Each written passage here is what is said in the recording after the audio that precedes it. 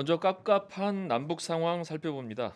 취재하고 기사 쓰고 하느라 정신 없으실 텐데요. 또 어렵사리 이재훈 선임 기자 스튜디오로 모셨습니다. 안녕하세요. 예, 안녕하십니까.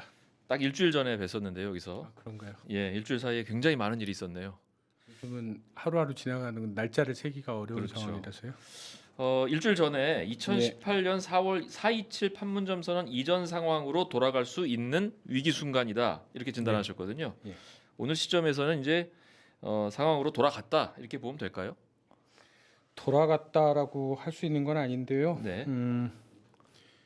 4.27이 아니라 6.15 이전으로 돌아갈 수도 있는 위기 상황이라고 표현할 수도 있겠습니까? 훨씬 예. 더 이전으로 퇴행한다는 그런 뜻이네요. 왜 그러냐면요. 예. 6.15 공동선언 20돌 기념일 다음 날 네. 개성 남북 공동 연락사무소를 북한이 폭파했지 않습니까? 예. 연락사무소 자체는 예. 2018년 4.27 판문점 선언 합의에 따라서 설치한 건데요. 네. 그 연락사무소가 쓰던 건물이 리모델링한 겁니다. 그 전에 네. 남북 협의사무소라고 해서 남북이 그 전에 이제 개성공단 문제도 협의하고 그러던 창구예요. 당국자들이 모여서 2004년쯤부터 작동했던 거거든요. 네. 예. 그러니까 2000년 6.15 공동선언의 연장선에서 만들어졌던 건물이 무너져 내린 겁니다. 엄청나게 큰 명패는 의미가 있는. 연락사무소지만 네.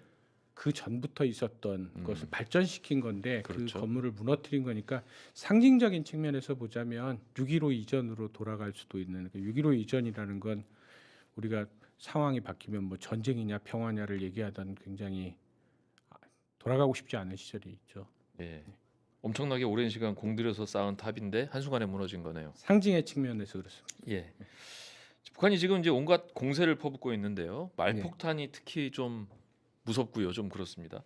특히 예. 김여정 제1부부장의 말폭탄 굉장히 험한데 어떻게 보십니까? 예, 제가 오늘 아침 신문에 실린 신문에 네. 차마 눈 뜨고 읽기 어려운 막말이 예. 가득하다라는 표현을 그렇게 썼어요. 표현하셨죠. 기자에 기사에 그렇게 쓰지 않는데 네. 읽기 어려운 수준으로 막말이 많은데 재밌는 것은 맨 끝에 가면 네. 김여정 부부장이 자기 담화가 말폭탄이라고 써놔요. 스스로. 예, 음. 그러니까 그 자기 심정을 그렇게 드러내고 싶다는 건데 북한이 자주 그러긴 하거든요. 예. 예. 아주 안 좋은 습관이긴 한데 그렇습니다. 그 말폭탄을 걷어내야지 북한이 하고 싶은 말을 알 수가 있어요. 네. 그러니까 문재인 대통령이 6.15 스무돌에 두 차례 네. 공개 대북 발언을 했습니다. 수석보좌관 회의에서 한 번 했고요. 2시쯤에. 네. 그다음에 이제 저녁 6시에 파주 통일전망대에서 있었던 6.15 공동선언 기념행사에 보낸 영상 메시지 두 차례 했는데 거기에 보면 이제 이런 표현이 나와요. 남북이 마음대로 정확한 워딩은 아닌데 남북이 마음대로 할 수가 없다. 국제 사회의 동의를 얻어가면서 해야지 된다라는 네. 거죠. 그러니까 그거는 얘기하자면 말을 좀 그렇게 해놨지만 미국과 협력해서 문제를 미국의 양해도 없고 그런 방식으로 풀어나가야지 된다는 말씀인 거예요. 그렇죠. 대통령께서 말씀하신 거. 네. 근데 이제 북한은 그런 거잖아요. 민족 문제니까 미국이 낄 문제가 아니니까 그냥 남북이 하자. 제재해고 뭐고 그런 거 없이 하자. 미국은 제껴놓고 하자. 네, 그런 이런 거죠. 거죠. 북한식 어법은 그런 거죠. 핵 문제는 남조선이 낄 문제가 아니다라는 네. 거고 지금은 예전에는 아니었는데 뭐 남북 간의 협력은 미국이 낄 문제가 아니니 남조선은 미국 눈치 보지 말고 그냥 해라 이런 거예요. 예. 그것에 대해서 뭐 답이 안 온 것에 대한 불만의 표출이라고 할 수도 있겠죠. 예. 뭐 전단 문제나 그런 건 아직 여전한 거고요. 그렇죠. 어쨌든 험한 말이 좀 차마 눈 뜨고 보긴 어렵지만 그걸 걷어내고 봐야 북한의 진위를 알 수 있다 이런 예, 말씀이시죠. 북한에 특사를 보내겠다는 제안을 사실 비공개로 했는데 북한에서는 그걸 아예 공개를 해버리면서 거절을 했죠. 이 부분은 또 어떻게 봐야 될까요? 예. 특사 제안 자체를 거절한 건 네. 그렇게 뭐 예외 이상한 일은 아니에요. 뭐 정세 흐름을 볼 때 특사 제안 해봤자 받지 않을 거다라는 게 좀 뭐 경험이 많은 원로들의 진단이었었어요. 네. 그러니까 특사 제안을 했더라도 안 받은 건 뭐 그럴 수 있는 일인데 네. 특사라는 게 예. 어느 나라든 최고 지도자 사이의 고도의 통치행위거든요. 그렇죠. 그렇기 때문에 그런 일이 무산된다 하더라도 공개되죠. 대체로 공개하지 않는 그렇죠. 것이 외교적 프로토콜인데 네. 북한 가끔가다 공개해요. 이명박 정부 때도 한번 공개한 적이 있는데 그만큼 불만스럽고 그리고 현재 북한이 보이고 있는 대남 강경 기조를 단기간에 접을 생각이 없다는 그것을 공개하는 방식으로 표현했다고 할 수 있을 것 같습니다. 예. 제가 보기에. 자신들이 어쨌든 표현의 한 방법이었다 이렇게 네. 보면 되겠네요. 강한 의지. 의지를 드러내는 한 가지 방법이라고 할 수 있겠죠. 예. 이렇게 말뿐만 아니라 사실 실제 폭발도 있었죠. 예. 엊그제 개성 남북 공동 연락사무소 폭발을 했고, 근데 이게 이제 뭐 북한이 국정원 등을 통해서 뭐 미리 이 폭파할 걸 통보했다 이런 보도도 있었고, 청와대에서는 또 아니라고 부인했다라는 보도도 나왔거든요. 우리 정부가 이걸 예측했나요? 어떻게 봐야 될까요? 폭파는 예측했다고 예. 볼 수 있습니다. 네. 제가 있기로는요. 이 북한이 국정원을 통해서 미리 통보했다는 게 이제 한국일보 오늘 일면 머릿 기사 제목인데요. 네. 아마 취재 과정에서 와전된 것 같습니다. 뭐 그렇군요. 그냥 상식적으로 생각해도 지금 북한이 뭐 그런 거 그렇죠. 남쪽에 미리 알려주고 할 만한 상황은 아니고요. 그것보다는 네. 김여정 제1부부장 담화가 13일 밤에 나왔지 않습니까? 그 즈음부터 남북 연락사무소 쪽에 네. 청사 쪽에 북쪽 사람들이 왔다 갔다 하는 것들이 네. 포착이 된 거죠. 네. 그게 이제 남쪽 사람이 거기 들어가진 못해요. 지금 네. 이제 코로나 때문에 다 그렇죠. 철수한 철수했죠. 상태라 북쪽 영역이기도 하고 그렇긴 하지만 인공위성도 있고 그렇지 않습니까? 공중자산도 있고 그래서 그런 거를 보고 있었기 때문에 정부에서는 발표는 안 했지만 북한이 그 연락사무소를 실제로 폭파할 수도 있겠다라는 생각을 했던 거죠. 사람들이 네. 뭐 왔다 갔다 하는 거를 자세히 들여다보면 뭐 폭약도 설치하고 그래야지 불꽃도 폭파하는 튀기고 뭐 거니까요. 이랬다는 그러니까 얘기가 있었더라고요. 그런 맥락 사전 징조를 정부가 알고 있었다는 게 음. 취재 과정에서 약간 와전된 것 같은. 그러니까 그렇군요. 청와대가 통보받은 거 없다. 근데 이제 뭐 여러 가지 공중자산도 있고 정부가 나름 판단하는 건 있었다라고 얘기한 게 네. 사실에 부합하는 설명인 것 같습니다. 사실 가장 보통 일반 시민들이 궁금해하고 또 걱정하고 하는 건 북한의 이런 공세가 어디까지 이어질 거냐. 관영 매체 조선중앙통신이 서울 불바다까지 거론을 했고요. 좀 무서워하는 얘기죠. 북한이 이런 예고한 군사적 행동들 또 금강산과 개성공단에다가 군을 진출시키겠다. 뭐 이런 것도 있었고요. 9.19 군사합의가 지금 파기됐다고 봐야 되는 거죠. 어디까지 이 공세가 이어질 걸로 보십니까? 북한이 조선인민군 총참모부 대변인 또는 대변인 발표나 공개 보도로 얘기한 것을 네. 실행에 옮기면 파기로 봐야지 되겠죠. 네. 파기 행위인 거죠. 네. 그러니까 GP 같은 데 들어오면. 근데 아직은 실행에 옮긴 상태는 아니어서 그러니까 파기라고 할 수는 없는 거고 파기를 예고한 측면이 있는 거죠. 액션으로. 근데 서울 불바다는 그냥 걸치듯이 한 소리고요. 네. 욕하는 거랑 비슷한 거고 엄포인 거고 한국 사람들이 서울 불바다 발언을 굉장히 자극적으로 그렇죠. 받아들일 예. 측면이 있으니까 북한이 얘기한 건 그건데요. 이제 군사합의에 따라서 비무장지대에서 이렇게 빠져나왔지 않습니까? 네. 개성공단도 그렇고 그다음에 이제 9.19 군사합의에 따라서 빠져나온 건 전방에 있는 GP라고 부르는 예. 거죠. 전초기지를 11개를 폭파하면서 이제 그렇죠. 빠져나왔는데 폭파시켰죠.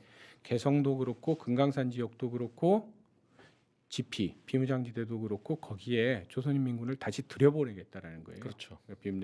그거는 북쪽의 논리로는 남쪽이 뭐 전단을 보내는 등 이런 은폐된 동족 적대행위를 하고 있기 때문에 우리는 우리나라를 지키기 위해서 인민군들을 앞으로 보내야지 되겠다. 전선으로 보내야지 되겠다. 그동안은 신뢰관계에 기초해 가지고 네. 협력 사업을 한다라 뺐는데 이제 그럴 수 없겠다라고 네. 보내는 건데요. 이게 액면은 그런 겁니다. 공격을 하겠다는 얘기는 아직 안 하고 그렇죠. 있어요. 예. 그러니까 뭐 우리가 뭐 남쪽으로 어디 불바다를 만들겠다라든가 이런 걸 공식적인 발표를 통해서는 한 건 아니고요. 자기네 말로는 방어 조처라는 거죠. 그러나 뭐 그런 건 계산했겠죠. 뭐 연락사무소를 폭파하면 남쪽의 여론이 막 들떡들떡하는 것처럼 네. 개성공단에 그냥 군인들이 인민군들이 왔다 갔다 총 들고 왔다 갔다만 해도 남쪽은 여론이 들썩들썩거릴 수 있어요. 그렇다고 해서 인민군들이 거기 왔다 갔다 한다고 해서 군사 충돌이 있는 건 아니거든요. 그렇죠. 예.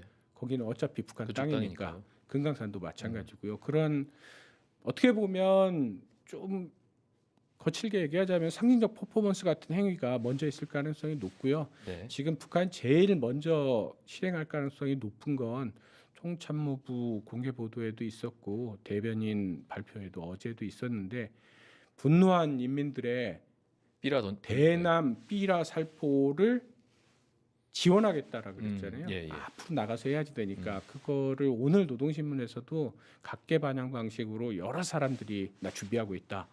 명령만 떠지면 가서 뿌리겠다라고 했어요. 그리고 그건 B라는 이제 대북 전단에 대한 맞대응의 측면이 있는 거고 군사행위는 아니죠. 그렇죠. 상징적으로는 여론에 역시 영향을 많이 미칠 텐데 그런 행위들을 하고 있는 거죠. 그러니까 말을 굉장히 거칠게 하는데 막상 하겠다고 한 얘기들을 보면 나름 정교하게 계산해서 그 에스컬레이팅 단계적으로 하나씩 그러니까 이렇게 가는 그런 거죠. 그리고 지금 우리들이 많이 얘기하고 있는 군사 충돌과 관련된 시사는 아직까지는 없습니다.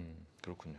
너무 막 공포스러워하거나 이럴 일은 네. 아니라 이렇게 받아주면 조금씩 될 것 같네요. 봐야지 되는 거죠. 현재까지는 아직은 이제 공격적인 군과 관련된 공격적인 공식 발표는 아직 있지는 않습니다. 또 하나가 어제 보도가 나왔었죠. 왜 김정은 국무위원장 전용기가 포착됐다. 그게 함경남도 신포 쪽으로 날아가는 거다. 그러면서 이제 뭐 빅터 차 등 뭐 일부 전문가들은 그 신포조선소에 북한 그 잠수함들이 있을 텐데 이 SLBM이라고 하죠. 잠수함 발사 탄도 미사일. 뭐 핵탄두를 여기다 실으면 이제 핵미사일을 쏘는 이제 중요한 그 수단이 되는 걸 텐데 이거 지금 SLBM 발사 가능성 어느 정도로 보고 계신가요?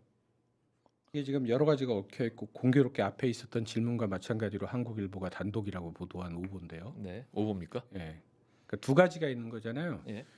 김정은 위원장의 전용기가 날랐다, 포착됐다 항적이. 네. 또 하나 심포에 가가지고 SLBM을 쏘려 그러는 거 아니냐, 두 가지 구성 요소입니다. 그러니까 후자 지금 앵커께서 질문하신 SLBM을 쏠 가능성이 있냐, 네. 그렇게 질문을 하신다면 저로서는 쏠 가능성이 없다라고 말할 수 없습니다. 네. 왜냐하면 북한이 지금 핵실험, 그다음에 대륙간 탄도미사일 모라토리엄을 선언한 상태고요. 네. 그거는 대선을 앞둔 트럼프 대통령한테 치명적인 문제이기 그렇죠. 때문에 현재까지 북한이 보이고 있는 대미 태도, 신중한 태도에 비하면 대남은 굉장히 강경한데 북한은 미국 쪽에는 그 정도는 아니거든요. 네. 그러니까 그걸 제외하고 났을 때 유의미한 액션으로 네. 첫 번째로 거론되는 게 대륙간 그 잠수함 탄도 미사일입니다. 그러니까 그건 최고 지도부가 판단하면 쏠 수 있는 거라, 그러니까 언제든 잠재적 가능성은 있다고 볼 수 있는 거고요. 그런데 예. 전용기는 한국일보 보도를 봐도 알겠지만 전용기와 같은 기종의 비행기의 항적이 포착됐다는 거고요. 심포가 어디냐면요. 네.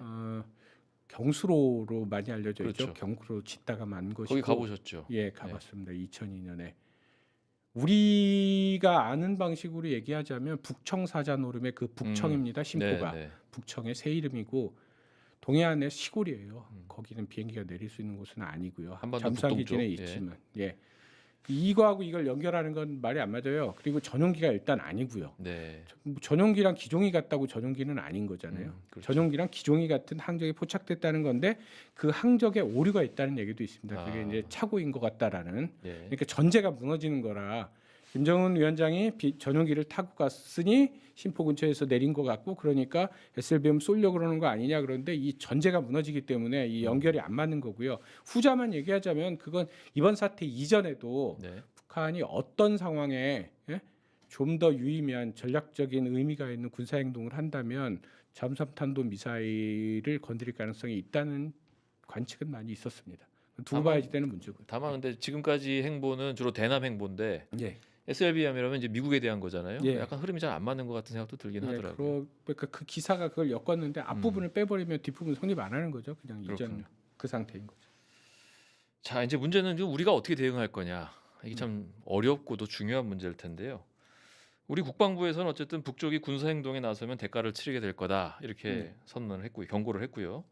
문제는 이제 남북 관계가 계속 악화될 것이냐라는 건데 국방부까지 나서지 않는 수준에서 마무리되는 게 좋겠죠. 아무래도 이 상황을 반전시킬 여지는 지금 없다고 보시는지, 그리고 이재용 기자가 보시기에 우리 정부는 어떻게 해야 된다고 보십니까? 정말 어려운 질문이죠. 뭐 그런 건데 이제 정부가 어제 청와대에서 강한 톤의 논평을 냈는데 뭐 이것저것 걷어내고 보자면 그런 겁니다.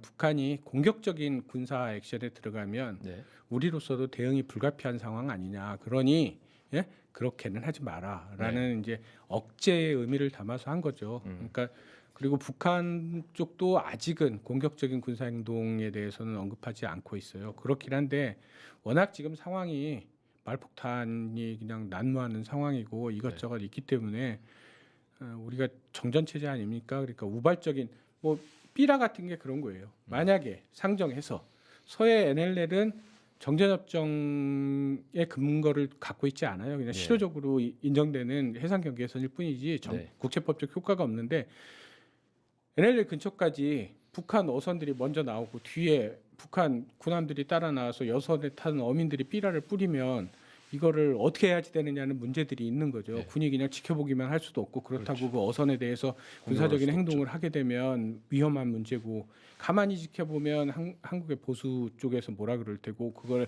액션을 취하면 갈등이 생길 텐데 충돌에 우발적 충돌 우려도 있고요. 우발적 충돌의 우려가 큰 거죠. 그걸 막아야지 되는 차분하게 대응해야지 되는 거고요. 욕설을 걷어내고 다른 것들을 보려고 속이 뒤틀리는 느낌이 있더라도 자제해야지 되는 문제들이 있는 거고요. 지금 어찌됐든 여러 가지 해석이 많지만 네. 북한이 직접적으로 그리고 가장 많은 얘기를 하는 건 대북 전단 문제예요. 전단 문제와 관련해서 입법 절차에 신속하게 들어가는 것이 상황을 추가적으로 악화시키는 걸 막는 실마리는 될 수 있지 않을까 싶습니다. 예. 그 뒤에 이제 관계를 어떤 식으로 개선시키냐 하는 건 지금 당장 말하기에는 너무 상황이 안 좋아서요. 네. 그것까지 말씀드리기는 좀 어려울 것 같습니다.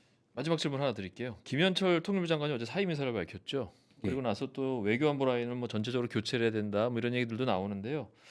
이 김현철 장관의 사임이 일정한 계기가 될 수가 있나요? 어떻게 보십니까? 김현철 장관은 계기가 됐으면 좋겠다는 마음을 담은 거죠. 이제 비유하자면 남북 관계에 재단에 자신을 올린 거예요. 생물로 북한이 어찌됐든 뭐 사과 재발 방지 뭐 이런 걸 계속 얘기하면서 네. 뭐 고강도 욕설까지 쏟아내면서 압박을 하고 있지 않습니까? 그것에 대해서 남북 관계를 책임지는 대북 정책을 책임지는 국무위원이 정치적 책임을 지고 사퇴할 테니 좀 당분간이라도 숨 고르기를 하면서 상황을 좀 악화되는 걸 차단해보고 네. 그러자는 거죠. 그러자는 건데 일단 북한이 오늘 공식 답안을 내지는 않았어요. 네, 그랬죠. 청와대 어제 논평에 대해서 답을 안 했는데요.